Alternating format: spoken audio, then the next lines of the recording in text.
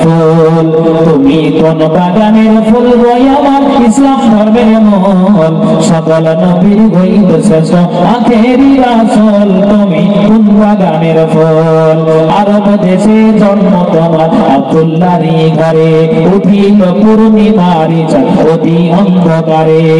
আলোকিত হইল মাতা মা আমিনার কুল তুমি কোন বাগানের ফুল তুমি কোন বাগানের ফুল গো আমার ইসলাম ধর্মের মূল সকল নবীর হইল শ্রেষ্ঠ আখেরি রাসূল তুমি কোন বাগানের ফুল